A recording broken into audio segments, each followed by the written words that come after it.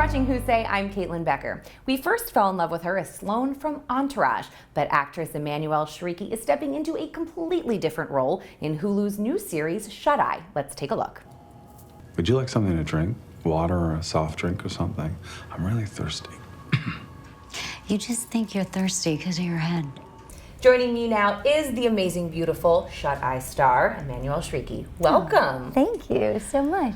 Okay, so we just saw a clip of the show, and I don't think I've ever seen a show quite like this one. Mm-hmm. This is like a whole new ballgame. Yeah, I agree. Do you believe in psychics? Because I totally do. You do? No, I do. I'm one of those people. No, but I think most are. I think there's people who don't like to admit that there is something else going on, and then there are just diehards that are like, oh hell yeah, I go see my psychic before every big decision I do in my life. What I think is fascinating about the setup of the show is that we're seeing, and I'm not going to give anything away really, but you kind of get the concept that you are seeing someone involved in a group of people that are kind of swindlers, but maybe there is a little bit of truth to it. Exactly. So it's like cons. You know, I think it's always really important to say this because we're talking about a very old culture. Is the Romani culture is, you know, it's not just a con. I mean, there are people that are incredibly intuitive, and there's an art to being able to know what to zero in. How to read people like that is very much an art form. How to read people, exactly. And you know, the Romani people are very skilled at that. Something that I think is so fascinating about this show, which I think works for a lot of different kinds of themes in television, is that as a viewer we love to see worlds that we don't usually have access to, and this is a group that I don't think we've really touched on in media before, which is so 100%. fascinating. Absolutely. And that was part of the allure of the script. When you know, certainly myself and the other cast members, we all agree that it's the most unique script that any of us have ever read, and surprisingly that this world hasn't been told in a television show story yet. I find that really surprising. So for people who don't know, tell me a little bit about your character and your character's big hair, which is my favorite part. By the way, me too.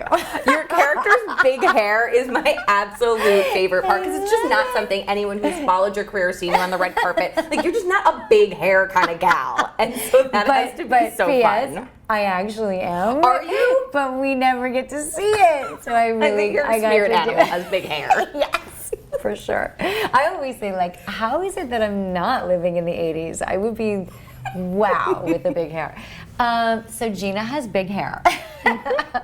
She is a hypnotist from Vegas. She's very, very good, very skilled hypnotist. And she's also a very left of center, shall we say. Okay, I think that's a very fair way of putting that. You know, she's a bit of a hustler because she needs to be. She survives. She does anything she needs to survive. So kind of unapologetically, which makes it a very fun character to play. I always describe Gina as having very little conscience, which is super liberating.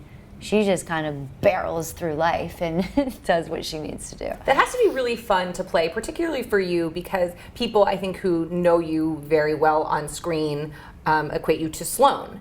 And Sloan was sweet, and she was kind of vanilla. And grounded. Yeah, she was nice. pretty, she's as normal can kind of be.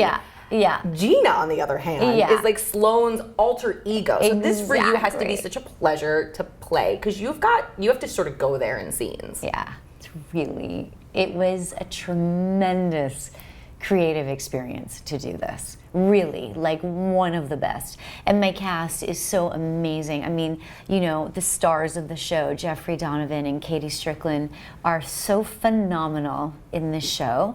And our supporting cast, like every moment, whether the day was just one scene or it was a big day, you know, it was a kind of work you had to bring it. There was no phoning it in. There was no easy day. It was all really loaded. And I guess that's the beauty of working on a character-driven piece, which for me is the goal. Like, I literally remember calling my team and being like, guys, I'm living the dream right now. This is what I want to be doing, because it's so gratifying. It's, you know, it's what we hustle for. Speaking of hustling and what Gina hustles Right. for, and she's a hypnotist. I've been hypnotized before. Me too. What did you think of it? When I got done, I was like, okay, that was fine. But I came home and my husband was like, you're in such a good mood. I left in this noticeably chipper mood. So Right. I had a great experience with it. What did you think? Same. I think it's so powerful. Relax. It's like you relax, it's subtle. I think people equate hypnosis with like, and now go squawk like a chicken. Like, that is not hypnosis. I mean, it is, but this is not what we're talking about. I love it too. I've had amazing experiences. I did hypnotherapy for many, many years, you know, which is just a straight therapy session followed by, you know, some hypnosis at the end of the session, which was so powerful. And of course, like, just to be able to use that and then, you know, go to my therapist and ask for some very specific techniques is really cool. It's incredible that you can bring those sort of real life experiences to such, like you said, left of center character, Yeah. which is great. Now the show is on Hulu, so that all the episodes are coming out at one time. They're coming out December 7th. Good binge. A good binge. I love binge watching. For you as an actor, how do you feel about binging versus week to week waiting? I'm all about the binge. You're all about the binge. It's like you do all this work and somebody gobbles it up in a weekend. But I get it. I mean, especially too when you're watching a television show that you're just in it. I mean, it's become our addiction. I mean, already TV was an addiction. I think the binge watching is just other level. It's like feeding the beast. I mean, there has been hours in 3 days, you know, but I kind of love it. I love it because I'm invested and I'm inspired and I'm sort of like just in it for like an entire week, let's say, as opposed to watching a movie for 2 hours or waiting week to week. It's a different kind of experience. I love it. It really is. It's a different way to consume media and television because, to your point, you really are consumed by it for 100%. just a short amount of time, as opposed to watching it, getting into it, getting out of it, living your life. Watching it in, out, living. You really do get to be consumed by it. And I think that the rise in binge watching has opened the door for places like Hulu, like Netflix, to really stretch their wings and create projects and television shows that otherwise either wouldn't get done or would be waiting so long on sort of traditional cable or your, you know, traditional networks. That has to be great for you because I must think the opportunities are just keep coming. Oh, it's been a game changer. I mean, it's funny. Before working with Hulu, I'd actually done a show on Crackle called Cleaners. And it's funny because at the time it was before it was kind of cool to be doing digital. I like to equate it to online dating.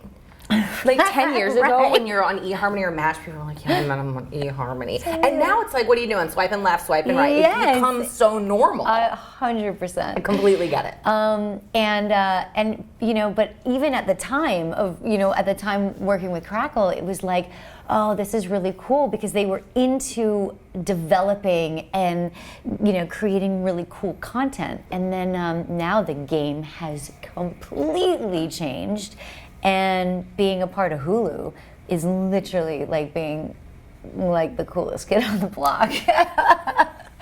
Which is amazing. It's amazing. Yeah, really grateful.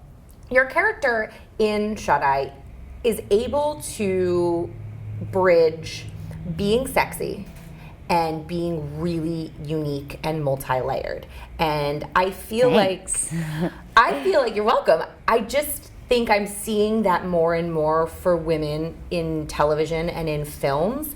And it seems like such a double-edged sword for someone like you who is so beautiful. You've been named one of the most beautiful women in the world several times. There's several things. And no joke, you're every guy's ideal person. Oh my gosh. None of them can pronounce your name, so they go with Sloan from Entourage. But if you poll a bunch of straight guys, probably gay guys too, what's the ideal woman? It's always you. I mean, that's so crazy. You want to know why that's so crazy? Because, and I really, really mean this, is that I think that when you do what we do, we're always putting our best foot forward. You know, here I have amazing lighting, an extraordinary makeup artist. My hair guy came this morning. All my little pimples are covered. Like, let's see, really, if I'm the hottest girl first thing in the morning. That would be the ultimate compliment.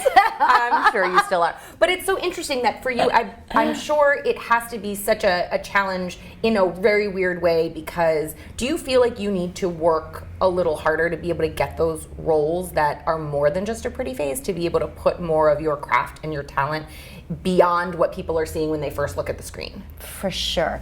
I mean, I think, you know, not that I am comparing myself to her at all, because I'm really not, but Michelle Pfeiffer, you know. I was wondering where you were going with that. No, back in the day. I mean, yeah. I read so many articles about her, and, you know, she really struggled a long time because she was so obscenely gorgeous.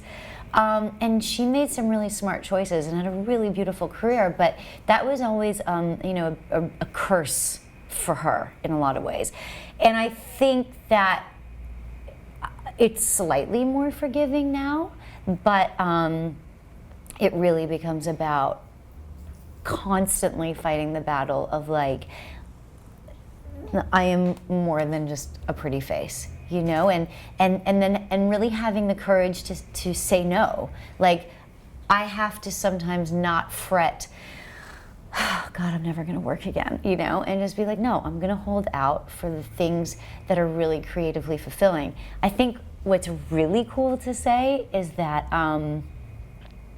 a woman of a certain age nowadays is so much more accepted. I think in Europe, they've always been really great at that. I mean, you have Isabella Rossellini, who's one of the most breathtaking individuals Queen. who's ever lived in the show. Queen. Still looking beautiful. Completely. Like, it's out of control. And she's such a badass on the show. I mean, I know. Trust. I mean, every time I love her so much. So It was are you amazing. from the inside, are you seeing maybe a shift in age and gender? Absolutely. And I think it's really exciting. And I think it's also, it's up to us to also feel really empowered about getting older, you know, and not shying away and not trying to stay looking 25, but come at it from a place of, like, no, like, let's age gracefully and let's use our age, our experience, and let that feed our craft, you know? And I think that is really starting to happen, and